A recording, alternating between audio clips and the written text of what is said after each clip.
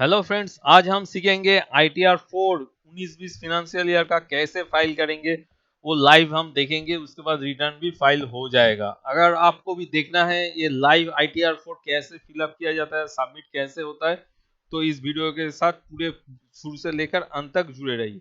मैं आया हूँ सुप्रभात टैक्स सॉल्यूशन से आपके साथ इंफॉर्मेशन करने शेयर। अगर वीडियो अच्छे लगे तो प्लीज लाइक शेयर और कमेंट करना मत भूलिए। तो मैं खुला हूँ ITR 4 दिखाई दे रहा है आपको, असेसमेंट ईयर 2021 का। तो ITR 4 क्या होता है? ITR 4 सुगम। तो ये एक बार जान लेते हैं ITR 4 क्या है। For individual, HUF and firms other than LLP, मतलब LLP को छोड़ के कौन कौन सा कैटेगरी? इंडिविजुअल होगा, HUF होगा और फार्म होगा। फार्म मतलब partnership firm. Being a resident having total income up to rupees 50 lakhs and having income from business and profession which is computed under section 44 AD, ADA और 44 AE। मतलब कौन कौन लोग फाइल कर सकता है? एक इंडिविजुअल फाइल कर सकता है, पार्टनरशिप फार्म फाइल कर सकता है और हिंदू अनडिवाइडेड फैमिली फाइल कर सकता है, जो कि रेसिडेंट होगा और 50 लाख के अंदर इनकम या बिजनेस या प्रोफेशन होगा, वही फाइल कर सकता है। और कौन कौन सेक्शन में फॉल करेगा? टैक्स ऑडिट का जो सेक्शन होता है 44 AD, ADA, 44 AE, business profession, और जो लोग और ट्रांसपोर्ट से डील करते हैं वो लोग ये रिटर्न फाइल कर सकते हैं। ये तो हो गया कौन कौन फाइल कर सकता है ITR 4। और एक तो क्राइटेरिया है कौन कौन लोग फाइल नहीं कर सकता है। Not for an individual who is either director in a company or has invested in unlisted equity share। मतलब एक इंडिविजुअल है लेकिन फिर भी वो फाइल नहीं कर सकता है, जो कि किसी कंपनी का डायरेक्टर है और फिर वो किसी अनलिस्टेड शेयर में इन्वेस्ट किया हुआ हो, वो भी ये ITR 4 नहीं फाइल कर सकता है। उसके बाद देखिए आगे बढ़ते हैं। जनरल इंफॉर्मेशन आपको लिखना होगा। देखिए ये जनरल इंफॉर्मेशन ये मैंने ऑनलाइन फिलअप किया है। आप अगर चाहे तो इसको ऑफलाइन भी फिलअप कर सकते हैं। उसके लिए आपको एक तो प्रीफिल वर्जन डाउनलोड करना होगा, XML प्रीफिल XML, उसको आपको डाउनलोड करना होगा, फिर यूटिलिटी में प्रीफिल करना होगा, तो ये सब आ जाएगा। मैं वो सब नहीं किया, डायरेक्ट ऑनलाइन में जाके फिलअप करना शुरू कर दिया। तो ये सब जो नाम एड्रेस ऑटोमेटिक आ गया, नाम आएगा, उसके बाद उनका जो title, PAN number, date of birth सब ऑटोमेटिक आ जाएगा। पिछले साल आप जैसे फाइल किए थे उसी हिसाब से आएगा। एड्रेस आ गया, कौन सा डिस्ट्रिक्ट में है, कौन सा एड्रेस है, सब आ जाएगा। मोबाइल नंबर आ गया, उसके बाद आ गया ईमेल एड्रेस, और एक तो चीज देखिए इधर आधार नंबर है वो भी आ गया। नहीं तो सब आपको हाथों से फिलअप करना होता, और अगर आप चाहे तो प्रीफिल भी कर सकते हैं। मैंने प्रीफिल किया नहीं। उसके बाद देखिए A19 पॉइंट क्या बोलते हैं, nature of employment not applicable. एक बार मैं खुल के दिखा देता हूँ क्या क्या है नेचर ऑफ एम्प्लॉयमेंट के अंदर। Central government, state government, public sector undertaking, pensioners, other, not applicable. तो मैंने इसको नॉट एप्लीकेबल कर दिया। उसके बाद देखिए filed under section. Filed under section देखिए 139(1) क्या क्या सेक्शन है एक बार खुल के देख लेते हैं। 139(1) क्या है? ऑन और बिफोर ड्यू डेट, मतलब अभी तक ये ड्यू डेट के बिफोर ही है, इसलिए मैंने ऑन और बिफोर ड्यू डेट किया। 139(4) जो कि आफ्टर ड्यू डेट, अगर ड्यू डेट के बाद अगर आप रिटर्न फाइल करते हैं तो 139(4) सेक्शन में जाएगा। और 139(5) देखिए रिवाइज रिटर्न, अगर रिटर्न एक बार आपका फाइल हो चुका हो उसके बाद फिर कुछ करेक्शन करने की जरूरत है या फिर एडिशन ऑल्टरेशन करने की जरूरत है, तो आपको 139(5) में रिटर्न फाइल करना होगा। उसके बाद और एक तो है 119(2)B after condonation of delay. After condonation of delay का मैंने अलग से एक तो वीडियो बना दिया है। आफ्टर कॉन्डोनेशन ऑफ डिले आप 6 ईयर तक रिटर्न फाइल कर सकते हैं, लेकिन वो कुछ ग्राउंड है, इसीलिए वो वीडियो बड़ा है, इसलिए वो वीडियो के आई बटन में मैंने लिंक कर दिया, आप चाहे तो उस वीडियो को भी देख सकते हैं।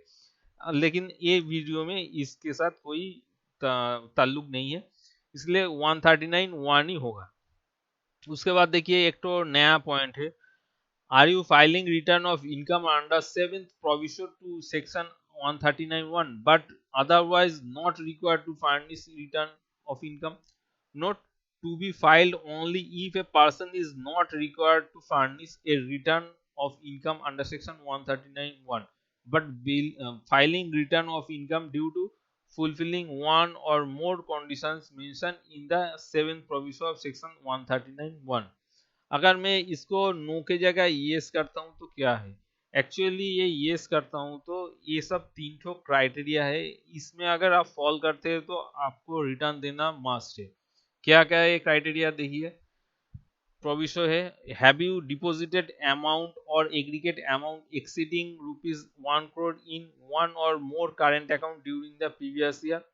अगर आपका कोई एक से ज्यादा अधिक करंट अकाउंट में आपने 1 करोड़ के ऊपर रुपया जमा किया है, येस और नो आपको देना है, ठीक है।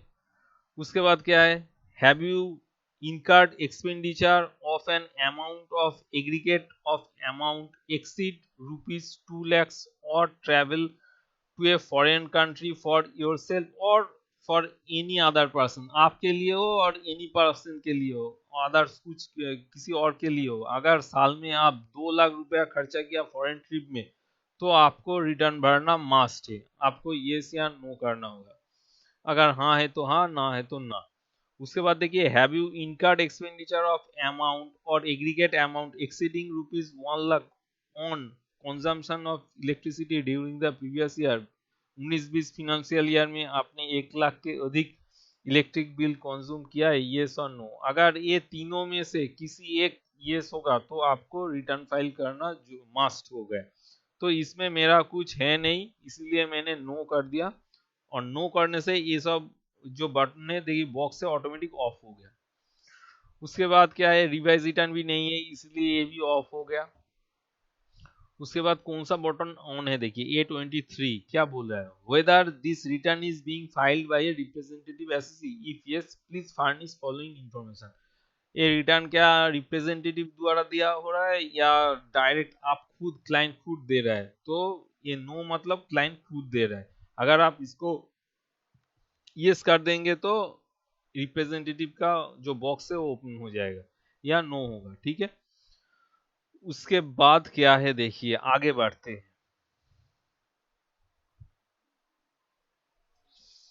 Part B, gross total income, income from business and profession note enter value from E8 schedule BP. ये जो बॉक्स है ये ऑटोमेटिक आ जाएगा, इसको आपको फाइल करने की कोई जरूरत है नहीं। उसके बाद क्या है देखिए, ग्रॉस सैलरी, मेरा क्लाइंट का सैलरी नहीं है, सैलरी होता तो आपका इधर आ जाता, दूसरा जगह में आपको फिलअप करना पड़ता है। उसके बाद क्या है देखिए,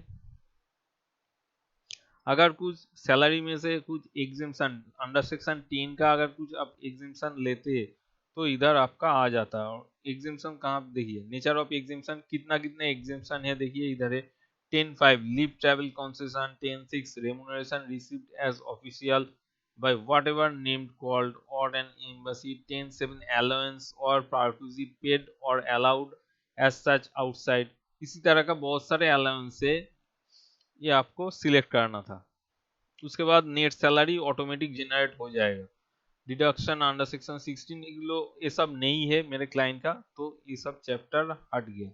उसके बाद देखिए, टाइप ऑफ हाउस प्रॉपर्टी, अगर मेरे क्लाइंट का हाउस ऑफ प्रॉपर्टी होता तो हाउस ऑफ प्रॉपर्टी में 3 तो सेक्शन है, 3 तो ऑप्शन दिया गया है, एक है सेल्फ ऑक्युपाइड, एक है लेट आउट और एक तो है deemed to be let out. अगर सेल्फ ऑक्युपाइड है तो उनको क्या क्या चीज मिलता, सेल्फ ऑक्युपाइड होने से देखिए ऑटोमेटिक इधर इंटरेस्ट वाला बटन ऑन हो गया। सेल्फ ऑक्युपाइड अगर होता और उन्होंने अगर लोन से मकान खरीदता तो लोन का जो इंटरेस्ट वो भी उनको छूट मिलता, लेकिन उन्होंने कुछ खरीदा नहीं है इसलिए ये भी मैंने छोड़ दिया। और अगर उन्होंने कुछ उनका प्रॉपर्टी लेट आउट भाड़े पे लगाया होता तो क्या होता, भाड़े पे अगर आप लगाते तो कितना रुपया रेंट रिसीवेबल या फिर रेंट जो भी है इधर आपको फिलअप करना पड़ता था, और उसके बाद लोकल अथॉरिटी को या कॉरपोरेशन टैक्स ऐसा जो होता है मकान के लिए, वो जितना आपने देंगे वो फिगर आपको देना पड़ता है। और उसके बाद आपको दिखाई देगा ऑटोमेटिक जो बैलेंस होगा, उसके बाद ऑटोमेटिक 30% कैलकुलेट हो जाएगा। मान लीजिए इधर आप 100 रुपया डालते, 1000 रुपया होगा, देखिए ऑटोमेटिक 300 रुपया 30% हो गया, ऑटोमेटिक ये हो जाएगा। ये आपको फिलअप करने की जरूरत है नहीं। तो मेरा ये सब कुछ है नहीं, इसलिए मैंने छोड़ दिया। उसके बाद क्या आता है देखिए, income from other source. Income from other source में सेविंग्स बैंक इंटरेस्ट आता है, इनकम फ्रॉम अदर सोर्स में एफडी इंटरेस्ट आता है, एनएससी इंटरेस्ट आता है, बहुत तरह का टर्म डिपॉजिट, सब कुछ इंटरेस्ट जो भी आपका इनकम होता है इसी जगह पे आपको B4 में आपको फिलअप करना पड़ेगा। अगर अगर कुछ आपका टीडीएस काट लेता है फिक्स डिपॉजिट से, वो भी इधर ऑटोमेटिक शो करता है। तो मेरा वो सब कुछ नहीं है क्लाइंट का। मेरा क्लाइंट का जो है सेविंग्स बैंक इंटरेस्ट है, जो सेविंग्स बैंक इंटरेस्ट मैंने इधर डाल दिया। और क्या है, interest from income tax refund 1039। एक बार आपको बैलेंस शीट भी मैंने दिखाना चाहता हूँ, एक बार देख लीजिए बैलेंस शीट के साथ रिटर्न मैच हो रहा है कि नहीं। देखिए interest from income tax refund कितना है, 1039। बैलेंस शीट में भी है 1039। इंटरेस्ट फ्रॉम सेविंग्स बैंक 421, देखिए 421 इंटरेस्ट फ्रॉम सेविंग्स बैंक। तो मेरा बैलेंस शीट के साथ मैच हुआ है, ठीक है। ये दो मिला के ऑटोमेटिक, ये जो जगह है ये ऑटोमेटिक, इसमें आप हाथ नहीं दे सकते। तो आगे बढ़ते, उसमें आप देखिए पार्ट सी में क्या है, deduction and taxable total income. जितना भी आपने ये यहाँ पर आपको डिडक्शन पहले दिखाएगा, उसके बाद टैक्सेबल टोटल इनकम दिखाएगा। डिडक्शन क्या क्या है, 80C में जितना उन्होंने दिया है, देखिए 80C वाला भी आपको 114716 आपको कैलकुलेट करके एक बार बैलेंस शीट के साथ दिखा देता हूँ। देखिए पहले आ गया LIC 52,716 plus pension fund 11,000,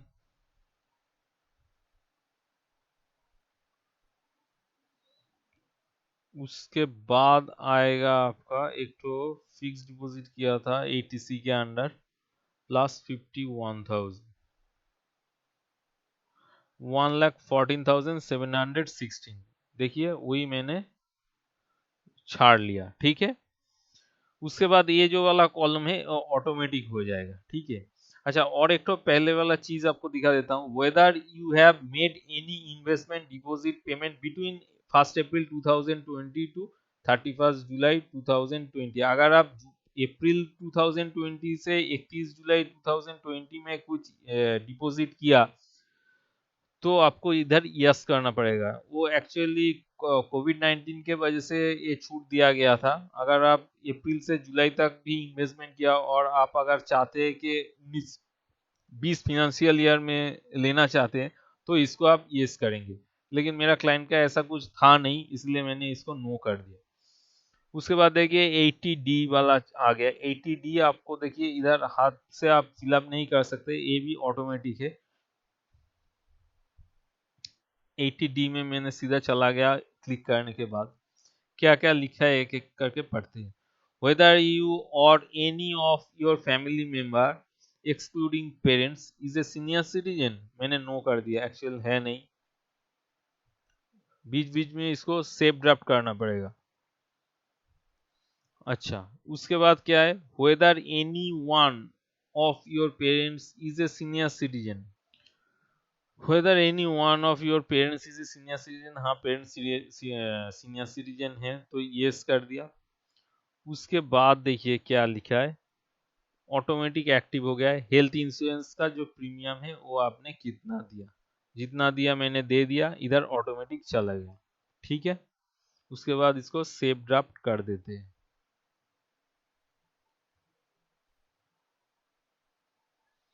automatic आ गया मेडिक्लेम वाला। उसके बाद 80DD maintenance including medical treatment of A dependent who is a person with disability, ऐसा कुछ है नहीं क्लाइंट का।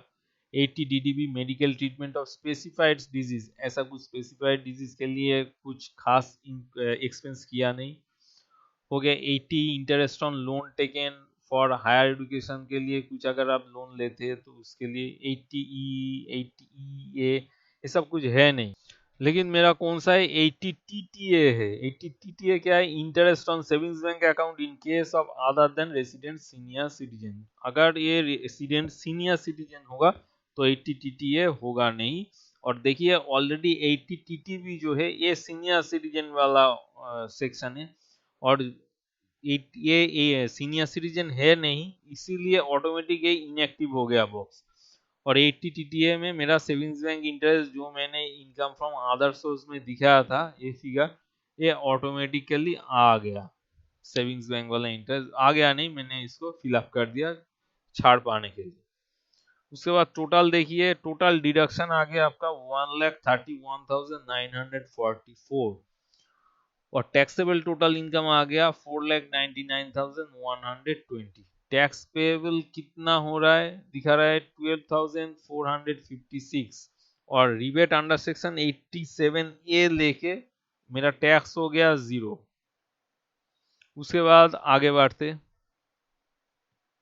Schedule BP. शेड्यूल बीपी यानी details of income from business और प्रोफेशन। यहीं पे आपको इनकम फ्रॉम प्रोफेशन का जो डिटेल्स है भरना होगा, तो ऑटोमेटिक इनकम डिटेल्स में चला गया। तो एक बार देखते हैं क्या क्या है। इधर आपको भरना है name of business. Name of business कुछ है नहीं, बिजनेस कोड आपको भरना होगा। मेरा जो क्लाइंट का है बिजनेस कोड लाइफ इंश्योरेंस मैंने भर दिया, डिस्क्रिप्शन कुछ दिया नहीं। उसके बाद ग्रॉस टर्नओवर और ग्रॉस रिसीप्ट। ग्रॉस टर्नओवर कितना है, 9,01,000 मैंने दिखाया है रिटर्न पे। एक्चुअली प्रॉफिट लॉस में कितना है एक बार देख लेते हैं।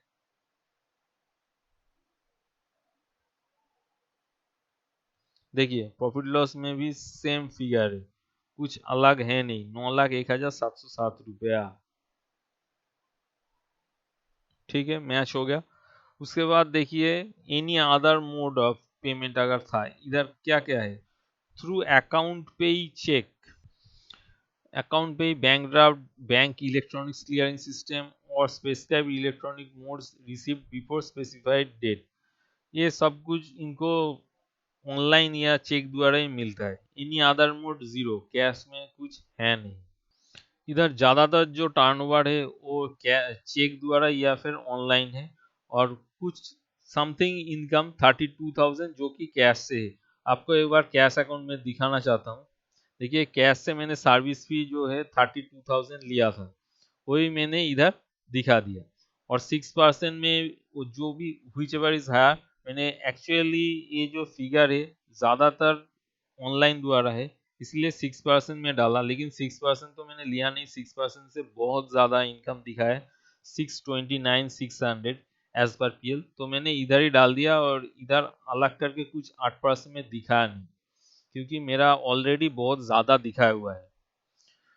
उसके बाद क्या है, इनकम फ्रॉम, अगर प्रोफेशनल अगर आपका प्रिजम्पटिव इनकम होता तो आप इधर दिखाते। अगर गुड्स कैरेज होता 44AE जो मैंने बोला ट्रक वाला जो अगर होता, अगर आप इधर दिखाते, तो ये सब मेरा है नहीं, तो ऑटोमेटिक ये 629,600 आ गया। एक बार प्रॉफिट लॉस भी चेक कर लेते हैं, 629,601 हो गया आपका। उसके बाद देखिए please furnish information below for each GSTI number separately. अगर आपके पास GST नंबर है क्लाइंट का तो वो भी देना पड़ेगा, और annual value of outward supply as per GST return. मतलब अगर आप GST रिटर्न भरते हैं तो आपका जो GSTR1 जाएगा, क्वार्टरली हो या मंथली हो जो भी जाएगा, वो टर्नओवर आपको इधर एज पर GST शो करना है GST नंबर के साथ। है नहीं इसलिए मैंने कुछ दिया नहीं। उसके बाद देखिए total amount of turnover gross receipt, वो भी देना पड़ता है, वो इधर देने से ही ऑटोमेटिक आ जाता है। देख रहे हैं ऑटोमेटिक है नहीं, इसलिए मैंने कुछ दिया नहीं। उसके बाद क्या है, note for E11 to E25 furnish the information as on 31st day March 2020।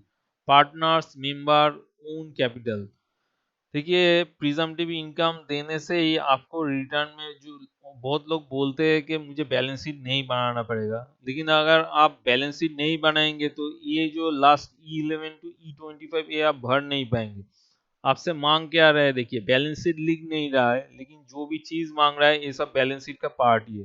Partners member own capital, इसको आपको भरना है, इसको आपको जो मिलेगा बैलेंस शीट से ही मिलेगा। कितना है, 2,20,347,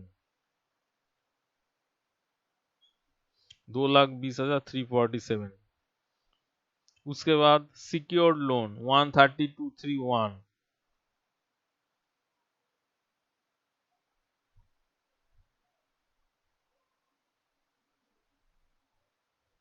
हो गया। 7,000, 1,00,000, 1,000, 22,000 मिला के 13231 ही आ रहा है, ठीक है। उसके बाद देखिए अनसिक्योर्ड लोन मांग रहा है, अनसिक्योर्ड लोन है कुछ नहीं, अगर कुछ है नहीं तो आपको जीरो डालना पड़ेगा, नहीं तो सेव नहीं लेगा। एडवांस कुछ है नहीं, सिंडिकेटर कुछ है नहीं, अदर लाइबिलिटीज कुछ है नहीं, तो टोटल मिला के हो गया 3,50,578। एक बार देख लेते हैं, देखिए 3,50,578 ही आया। उसके बाद क्या बोल रहा है, fix asset, fix asset 78,888, bike, furniture, cellphone, laptop, software करके 78,888 हो गया। उसके बाद देखिए क्या है, इन्वेंटरीज, कुछ अगर स्टॉक है, गुड स्टॉक है, कुछ गुड स्टॉक है नहीं। उसके बाद sundry data, sundry data 5404, sundry data देखिए 5404। न्यू इंडिया से मिलना है 4,200, एपेलो से मिलना है 1,204। उसके बाद बैलेंस विद बैंक 41,258 मिला लेते हैं, बैलेंस कितना है। Corporation bank, SBI bank, bank of Baroda, UCO 41,256, 41,256, 58 adjustment के लिए 2 रुपये बढ़ा दिया, कुछ है जाएगा नहीं आएगा नहीं इससे। 56.91 इसको 1 रुपया बढ़ा दिया, उससे कुछ होगा नहीं। उसके बाद कैश इन हैंड 18,071 रुपया, 18,070.84 71 कर दिया, कोई दिक्कत है नहीं। उसके बाद अदर करंट एसेट, और भी बैलेंस शीट में बहुत कुछ है, वो सब छोड़ के अगर आप कैलकुलेट कर लेंगे तो देखिए, पब्लिक प्रोविडेंट फंड, FD, उसके बाद आपका आ गया शेयर्स, TDS, ये सब मिला के 2,06,997 हो गया। आपने भर दिया, भर के सेव भी कर दिया। उसके बाद आता है टैक्स डिटेल्स वाला ऑप्शन। टैक्स डिटेल में देखिए TDS 1, details of tax deducted at source from salary, अगर सैलरी होता तो ऑटोमेटिक इधर आ जाता, कितना आपको सैलरी पे किया है कंपनी ने और कितना आपसे सैलरी TDS डिडक्ट किया है, लेकिन इनका सैलरी है नहीं, इसीलिए TDS 2 1, details of tax deducted at source on income other than salary as per form 16A issued by deductors. इधर डिडक्टर्स कौन कौन सा है, LIC है, इधर से आपको मिल जाएगा।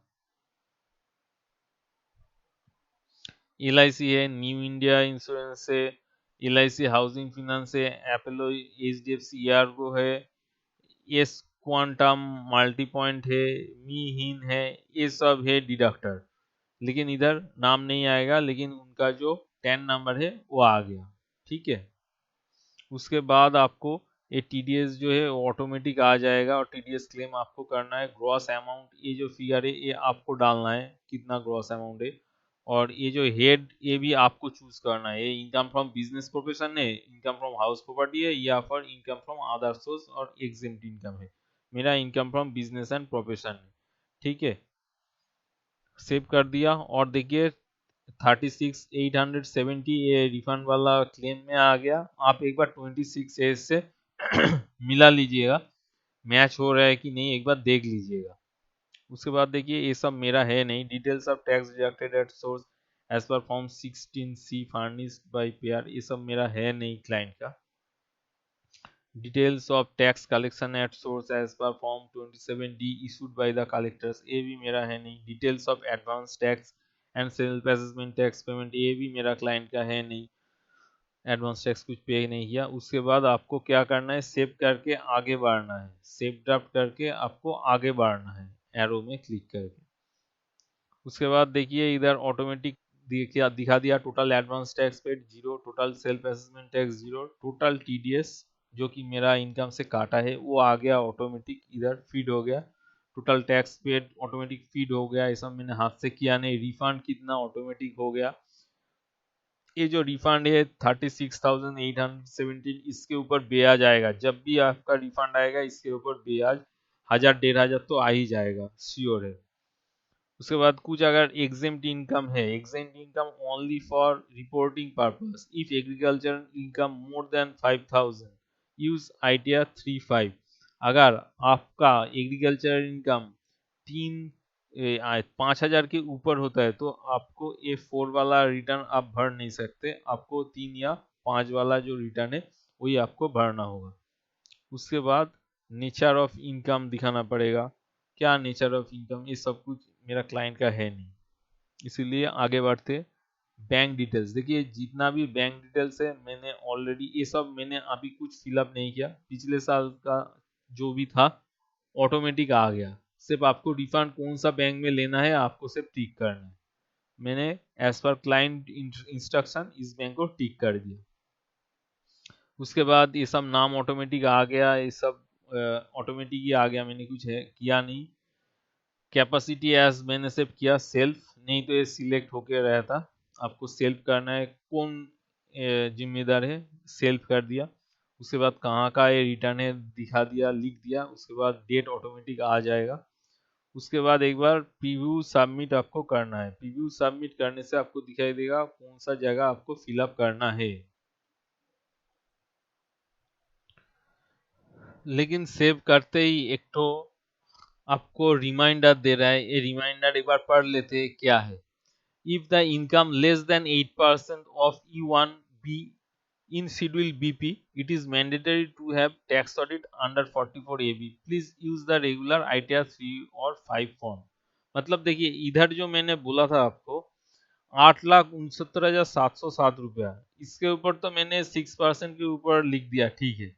लेकिन एनी अदर मोड जो है, एनी अदर मोड में देखिए 32,000 दिखाया और इनकम कुछ दिखाया नहीं, तो इधर चलेगा नहीं, आपको इधर भी इनकम दिखाना पड़ेगा। देखिए अभी मैंने चेंज कर दिया।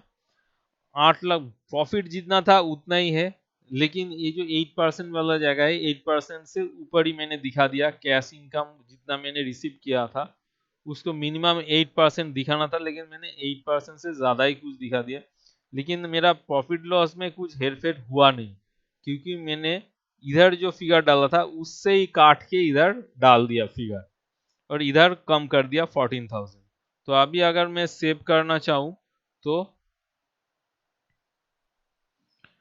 एक अलग सा एरर आ रहा है, ये बोल रहा है please select any one of the verification option in the taxes paid and verification tab. आपको वेरिफिकेशन वाला एक तो ऑप्शन चूज करना होगा। वेरिफिकेशन वाला ऑप्शन कहाँ पे है, लास्ट में होगा। देखिए इधर वेरिफिकेशन वाला कुछ आपको सिलेक्ट करना है। I would like to e verify, please ensure that you have valid Aadhaar, pre-validated bank account, pre-validated Demat account, digital signature, certificate registered in e-filing against your PAN to use this option। ये एक तो option हो गया, और एक तो क्या, I would like to e verify later than 120 days from the date of filing. ये क्या है, ये आप पुराना तरीका है, प्रिंट आउट निकालेंगे एक्नॉलेजमेंट का, उसके ऊपर क्लाइंट से साइन कराएंगे, फिर क्या करेंगे बाई पोस्ट इसको भेजेंगे। कितने दिन के अंदर, 120 दिन के अंदर आप भेज सकते हैं इसको। उसके बाद एक तो और ऑप्शन है, I don't want to e verify and would like to send signed ITR V through normal or speed post to centralised processing centre income tax department Bengaluru. हाँ, ये जो ऑप्शन है, ये वाला ऑप्शन बोल रहा है आप किसी भी ऑनलाइन में जा नहीं रहे, आप सिंपल साइन करके आप देना चाहते हैं बाय पोस्ट। और ऊपर वाला जो है I would like to e verify later within 120 दिन, आप 120 दिन के अंदर ई वेरीफाई करेंगे, ये बोल रहा है। और एकदम ऊपर वाला बोल रहा है आप ई वेरीफाई कैसे करेंगे, ये कैसे करेंगे मतलब आधार ओटीपी से कर सकते हैं, प्री वैलिडेटेड बैंक आपका अगर है तो प्री वैलिडेटेड बैंक से भी कर सकते हैं, demat account through pre validated demat account through भी कर सकते हैं, और अगर आपके पास डिजिटल सिग्नेचर है तो आप उससे भी कर सकते हैं। तो मैं क्या करता हूँ, I would like to e verify later within 120 करके क्लिक करके अभी इसको प्रीव्यू एंड सबमिट करेंगे। तो देखिए ये प्रीव्यू एंड सबमिट हो गया, टोटल इनकम आ गया। उसके बाद देखिए रिफंड वाला फिगर भी शो कर रहा है, कौन सा बैंक में जाएगा रिफंड, इसमें जाएगा।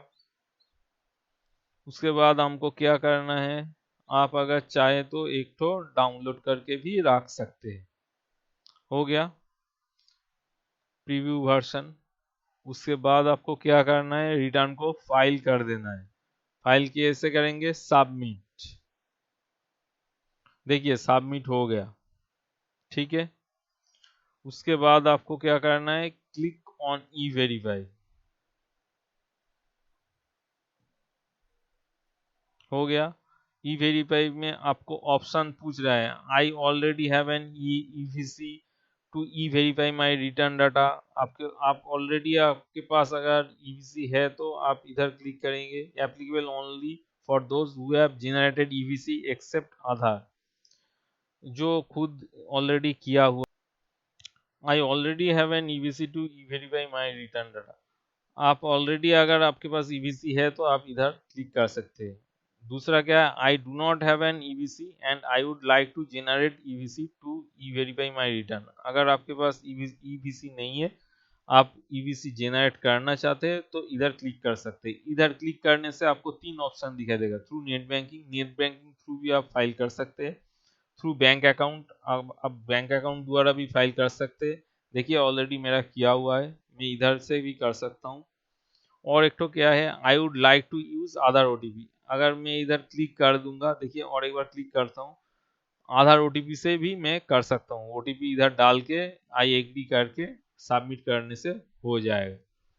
और एक तो क्या है, I would like to use Aadhaar OTP, इधर भी आपको आधार ओटीपी यूज करने के लिए बोल रहा है। आप अगर क्लिक करेंगे आधार ओटीपी जाएगा क्लाइंट के मोबाइल पे, उससे आप आई एग्री करके सबमिट कर देंगे तो रिटर्न फाइल हो जाएगा। यही है प्रोसेस। तो thank you watch this video. अगर अच्छा लगे तो प्लीज लाइक शेयर कमेंट करना मत भूलिए, और इस चैनल को सब्सक्राइब कर लीजिए। इस तरह के आगे और भी लाइव ऐसे ही रिटर्न आपको दिखाई देगा। अगर आप चाहेंगे कि हाँ हमको भी देखना है तो इस चैनल को पहले से ही सब्सक्राइब कर लीजिए। हाँ, जाने से पहले एक बार आपको एक्नॉलेजमेंट भी शो कर देता हूँ। रिटर्न फाइल हो गया, मतलब एक्नॉलेजमेंट भी हो गया रेडी, पेंडिंग फॉर वेरिफिकेशन, ये एक्नॉलेजमेंट भी जनरेट हो गया। लेकिन ये एक्नॉलेजमेंट प्रॉपर एक्नॉलेजमेंट है नहीं। जब मैंने आधार ओटीपी से रिटर्न फाइल कर दूंगा नेक्स्ट दिन, वो वीडियो आपको भी दिखाई देगा। नेक्स्ट डे आपको दिखाई देगा वो वीडियो, तब एक्चुअल जो एक्नॉलेजमेंट होगा वो आपको दिखाई देगा। ये एक्चुअल एक्नॉलेजमेंट है नहीं, ये आप याद रखना। तो आज का वीडियो यहीं पे एंड करते हैं। Thank you for watch this video.